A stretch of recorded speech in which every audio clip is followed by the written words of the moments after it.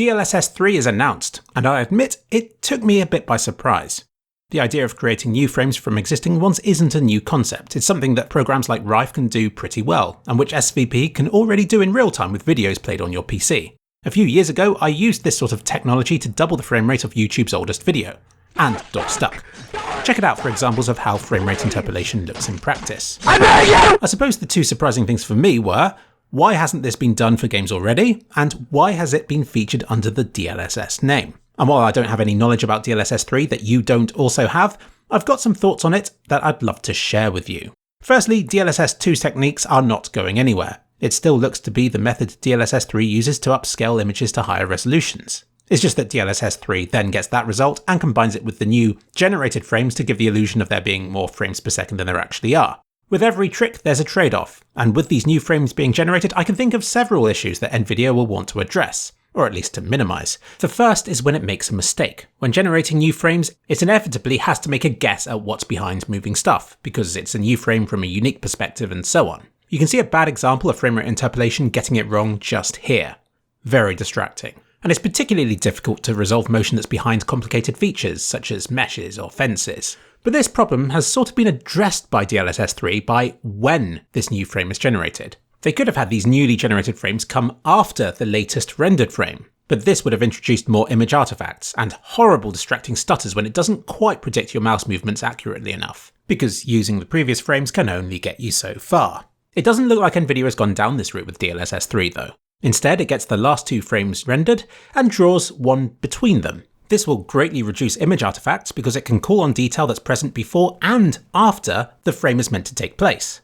But all this comes at one terrible price, and that's to the input lag, since the image you're seeing on screen is always delayed by 1 or 2 frames, which could get quite distracting at lower frame rates. I think they know this, which is why they also mention NVIDIA Reflex, which is there to minimize frame delay. But in this case, it will simply lessen the lag that DLSS 3's generated images produce. In other words, it doesn't make the game more responsive, but limits how much less responsive it will feel. Say there aren't any visual errors with the framerate interpolation. It can still make the motion look artificial if boosted too much. For instance, if you have a 10 FPS video and convert it to 60, it isn't really 60. All of the actions look too smooth and angled because it's trying to create 5 quite different looking frames between every real one, and it assumes the same amount of motion between each of those. So unfortunately, the best way to use framerate boosting is when you already have a reasonably high frame rate. I still notice these sorts of image problems when converting 30 to 60, but I think starting at 60 provides enough frames in the first place, all similar looking enough, for the artificial look of newly generated frames between each of these to effectively have their limitations hidden. Now onto my second point.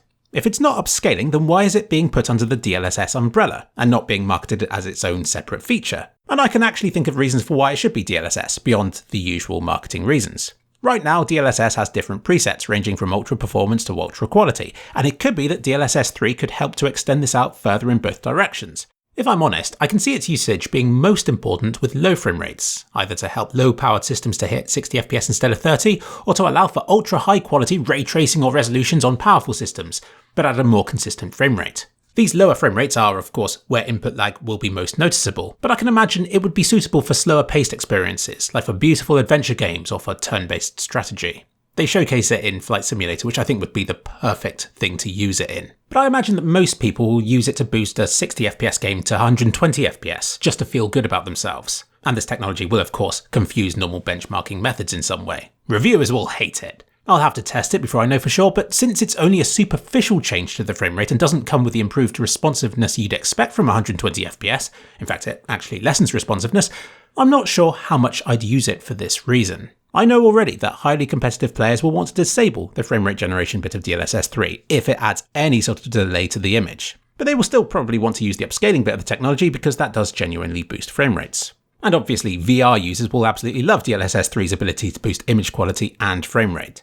Maybe it could be configured to only generate a fake frame when it detects a stutter in the original frame rate. So yes, DLSS 3 is exciting and I think shows the route NVIDIA is taking the technology down. It no longer refers simply to upscaling the resolution, but instead to the whole thing. We're quickly distancing ourselves from the conventional way of rendering stuff. A pixel is no longer a pixel, a frame is no longer a frame. It's becoming increasingly abstract and botched. And while I feel with DLSS 3 I can still understand how it works by drawing parallels between it and existing techniques, I feel with future iterations, it'll leave all that behind and venture into some scary new territory.